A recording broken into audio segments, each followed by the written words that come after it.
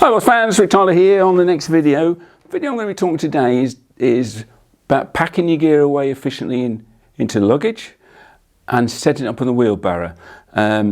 Because I am baffled by the amount of bags some people are loading onto their barrows. And I keep making barrows bigger and bigger and they're still getting filled. So I'm sat on what I would call is a pretty comprehensive setup for the modern match angler. I've got my bait set up, I've got a bump bar, keep net, I've got obviously a top cat roost, got my umbrella set up, I've got a tray on the back, I've got my keep net, I've got my storage. So what I'm going to go through now is the phases I go through to pack this up, because when I'm finished I'm going to get everything that I need to pack, not in this bag, but in this little compartment that most people don't even have on the bait bag, or if we're using the standard hold, or this compartment, which leaves the whole compartment, the main compartment, completely empty for things like poke rollers, bait or whatever. So I, for the life of me, can't understand what else I'm missing that other people think they need. And maybe we need to start thinking, you know, particularly in winter when it's muddy and slushy and difficult ground, do you need to be loading all that up? So step one, we'll go through the phases I go through to break this lot down and pack it away in the most efficient, quick manner possible.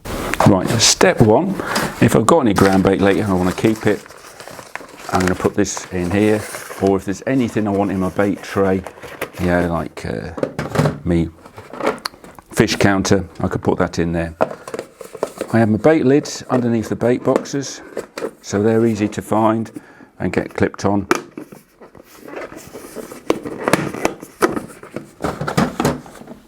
You get the idea.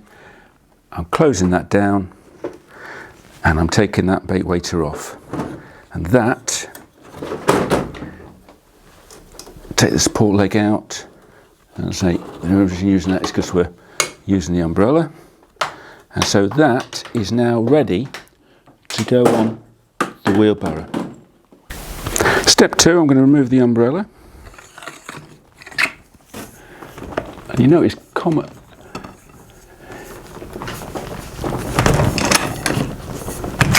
And this can go in my rod bag. And the good thing about the Octbox umbrella, because it only weighs £3 and is a lot less weight than a lot of the other systems out there, it slots in easily in your pocket. So get that out of the way.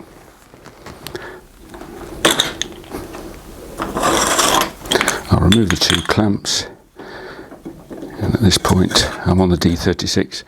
I can lower this post down, remembering I need enough height on these posts so the bait weighter will go over the top of the seat. If you're on a D25, you've got a couple of options. You can either get the keep net extension posts and put them on the top, or if you're using the 10 centimeter adapter system,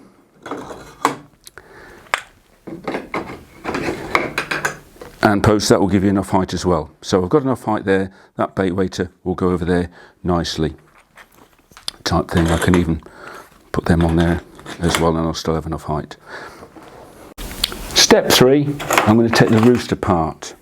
So there's only a few components. Collapse that.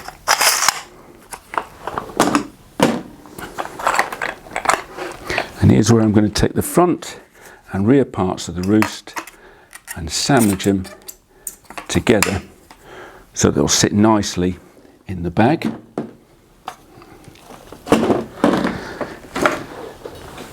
That's everything I need to do, other than I'm going to straighten the bump bar, because I want the bump bar in wheelbarrow mode to act as my support for the actual rod bag. Step four, I'm now going to load everything into the bag. I'm not going to use the main large part of the bag if you use an Octbox. If I'm using a bait bag, which I use, I'm just going to use this side compartment, which is normally a lot of people don't even realise they've got it, because of course when it's zipped up it's very inconspicuous. But those accessories there fit nicely in there. Obviously if I'm using the standard hold all, I'm going to put them in this compartment that says roost and feeder arm, and that works nicely as well. So I'll turn this round. Because I've sandwiched these parts together nice and neatly, they fit in really comfortably, go all the way down to the bottom. I can then take the other accessories and they slot in nicely as well.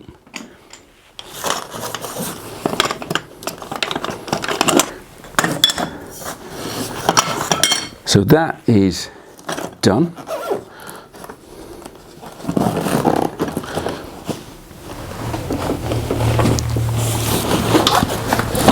Pull that to one side.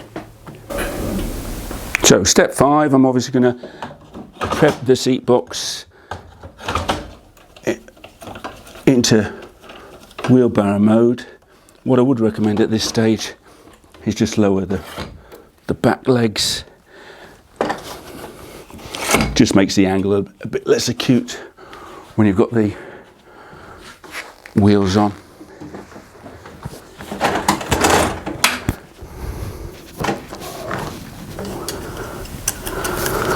Right.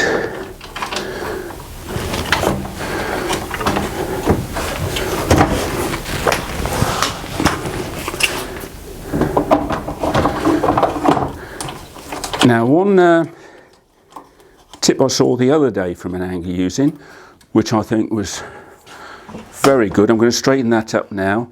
This is actually going to be my support for my rods, and that is, if you're using the standard bait weighter, which I tend to do more often than not now, as opposed to fixing it on the actual bait box when I pack it away, I can actually slot it on there, look, which acts as a nice little plate, makes it convenient, very quick to use.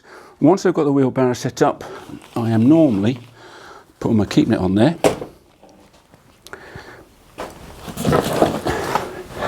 The bag, which has got virtually nothing in it at the moment, yeah, the umbrella will be in my hold all, and then the bait tray, and that's it. As you can see, I've still got a mounting space on the foot plate, which is, if I had pole rollers, that's where I'd put them. Rod bags go over the top, job done. And I'd be really happy to see your feedback to find out what I'm missing that you guys have to put in bags, because I was down at on the River Wye yesterday doing some filming on Tom Scully, and that's going to be a brilliant video because it was with Dean Barrow. If you want to watch that, make sure you subscribe to the channel so that you don't miss it. But basically, he had a bag that was so heavy and so big, I would have needed a harness on my back to even attempt lifting it. They obviously build them very strong in Sheffield, and Tommy's a strong lad, obviously lifting bags like that all through his career. But I'll be interested to find out with feedback what I am missing, what I don't think I need on an ultimate fishing station that you guys do. So I look forward to your feedback. Till the next video, tight lines.